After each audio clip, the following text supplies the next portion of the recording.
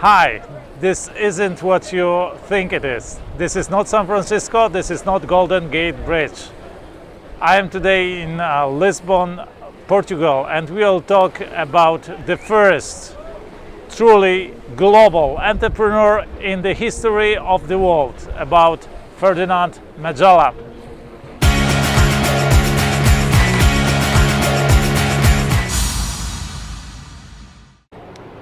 We all learn at school who was the first person to circumvent the earth, who sailed around the world, so to say.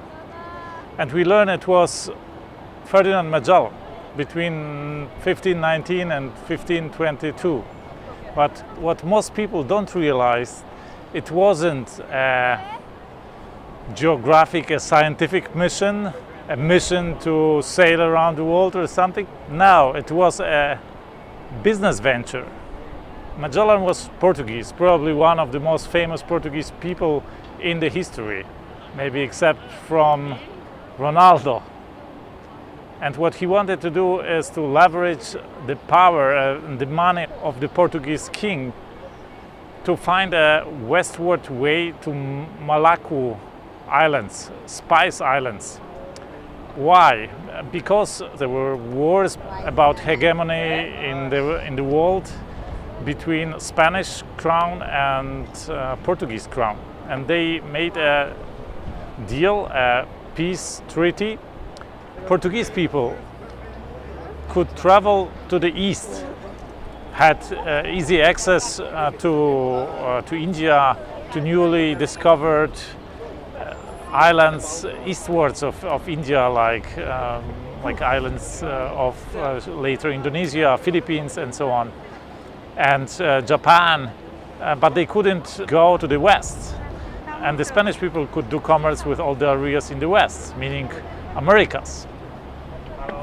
And Magellan wanted to travel farther to the west and to discover countries to the west of Americas and claim some land there. And of course, this was business. I mean, if you own land, if you can, import the goods you discover them there and you source there, it's just big business. It's a really, nowadays you would say billion-dollar or multi-billion-dollar business, right?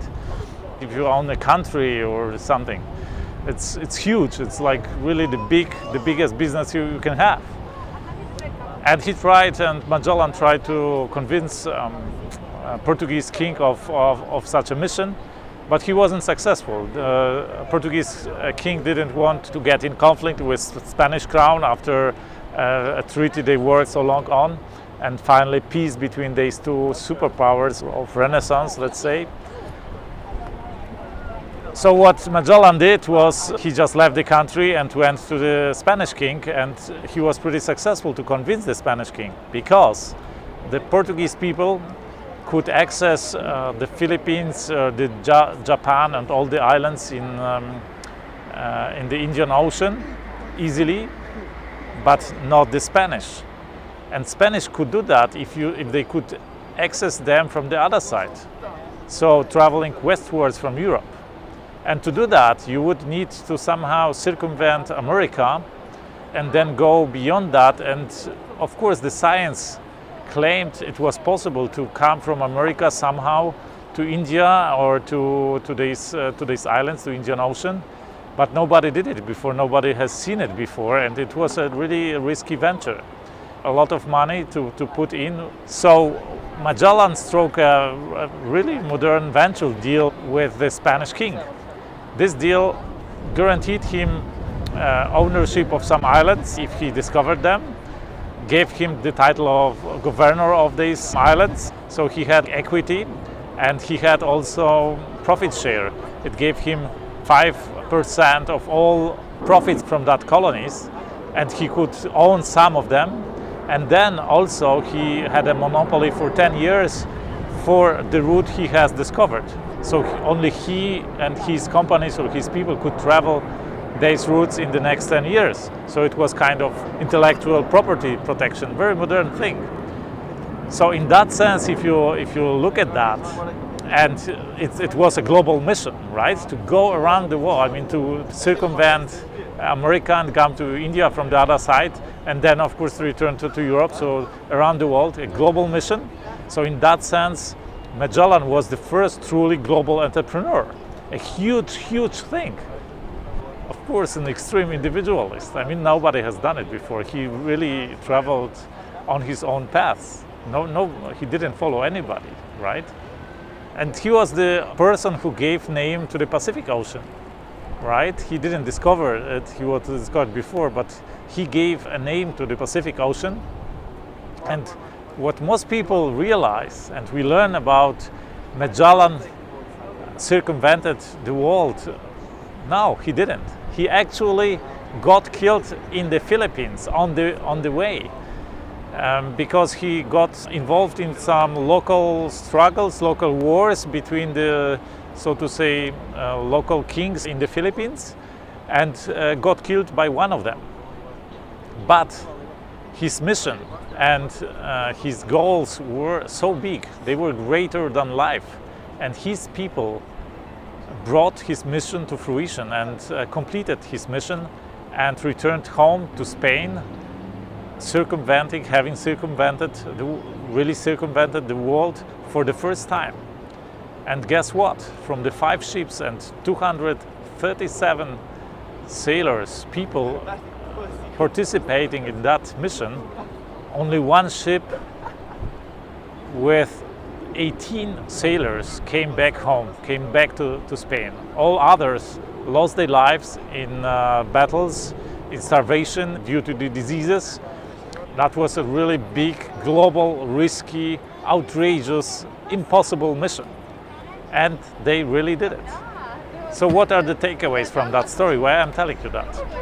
Because that type of thinking and the tools Magellan was using are the same as the billionaire thinking. I will give you some examples. First thing is, if you want to do truly big things, you need that mission. You need that mission that is greater than life. First of all, to motivate you to overcome all these obstacles, all these impossibilities on the way to your goal. And second, because for that type of ventures, you need people to follow you. You need many people to execute that, to support you.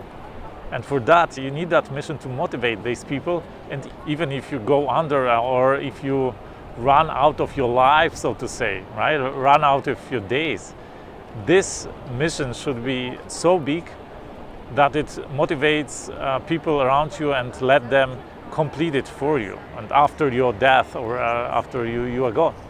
So the first thing is the mission. The second thing is, I guess, being able to raise and to use other people's money.